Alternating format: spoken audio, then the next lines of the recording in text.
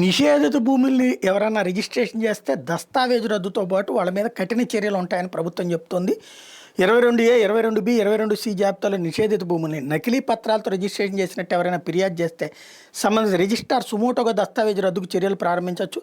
ఫిర్యాదుదారు రుసుము చెల్లించాల్సిన అవసరం లేదు. ఫిర్యాదు అందిన 15 రోజుల్లో రిజిస్ట్రార్ ప్రాథమిక విచారణ చేయాలి. ఆధారాలు ఉన్నాయని తేలితే రద్దు చర్యలు ప్రారంభించాలి. ఆధారాలు లేవంటే ఫిర్యాదును తిరస్కరించాలి. అందుకు కారణాలు ఫారం 3లో నిర్వహించే రిజిస్టర్లో నమోదు చేయాలి. తప్పుడు పత్రాలతో రిజిస్ట్రేషన్ చేసినట్టు తేలితే విచారణ ప్రారంభించి దస్తావేజులో పేర్కొన్న పార్టీలకు నోటీసులు ఇవ్వాలి. దస్తావేజు నిబంధనలకు విరుద్ధంగా రిజిస్టర్ అయిందని తేలితే రాతపూర్వకంగా నమోదు చేసి రద్దు ప్రక్రియ కొనసాగించాలి.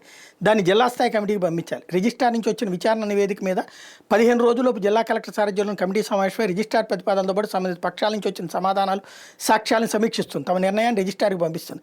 కమిటీ నిర్ణయం అందిన 7 రోజుల్లో రిజిస్ట్రార్ తుది ఉత్తర్వులు జారీ చేయాలి. దస్తావేజు రద్దు తిరస్కరణకు సంబంధించిన నిర్ణయాన్ని అన్ని పక్షాలకు పంపాలి. నిబంధనలకు విరుద్ధంగా రిజిస్ట్రేషన్ జరిగినట్టు గుర్తిస్తే ఇన్స్పెక్టర్ జనరల్ నేరుగా చర్యలు తీసుకోవచ్చు. సంబంధిత పార్టీలకు నోటీసులు జారీ చేసి వివరణ కోరవచ్చు. తర్వాత ఆ దస్తావేజు రద్దు ఫిర్యాదును కొట్టేస్తూ నిర్ణయం తీసుకోవచ్చు. రిజిస్ట్రేషన్ రద్దు చేస్తే దానికి సంబంధించిన ఉత్తర్వులు సబ్ రిజిస్ట్రార్కి పంపిస్తారు. ఈ సమాచారం రెవెన్యూ, పురపాలక, పంచాయతీ అధికారులకు పంపాలి. వాళ్ళు తమ రికార్డులు అడంగల్ మ్యూటేషన్ తగిన మార్పులు చేయాలి. రిజిస్ట్రార్ ఉత్తర్వులు జారీ చేసిన తర్వాత 20 రోజుల్లోగా ఐజీకి అప్పీల్ చేసుకోవచ్చు. ఆయన 6 నెలల్లో పరిష్కరించి ఉత్తర్వులు జారీ చేయాలి. ఐజీ నిర్ణయంపై అభ్యంతరం ఉంటే రెవెన్యూ శాఖ ముఖ్య కార్యదర్శి చైర్మన్గా ఉండే కమిటీకి అప్పీల్ చేసుకోవచ్చు. వాళ్ళు 6 నెలల్లో నిర్ణయం తీసుకోవాలి. కమిటీ నిర్ణయం తీసుకున్న 3 వారాల్లో ప్రభుత్వ ఉత్తర్వులు జారీ చేస్తుంది.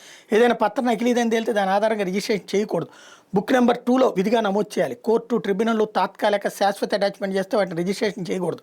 గతంలో రిజిస్టర్ అయిన అమ్మకపు దస్తావేజు రద్దు చేయాలంటే క్రయ విక్రయాలు విక్రయదారులు విధిగా సంతకాలు చేయాలి. పార్టీల మధ్య పరస్పర అంగీకారం తెలిపే డిక్లరేషన్ ఉండాలి. లేదా సివిల్ కోర్టు, హైకోర్టు లేదా కేంద్ర రాష్ట్రాలు జారీ చేసిన అధికారిక ఉత్తర్వులు ఉండాలి.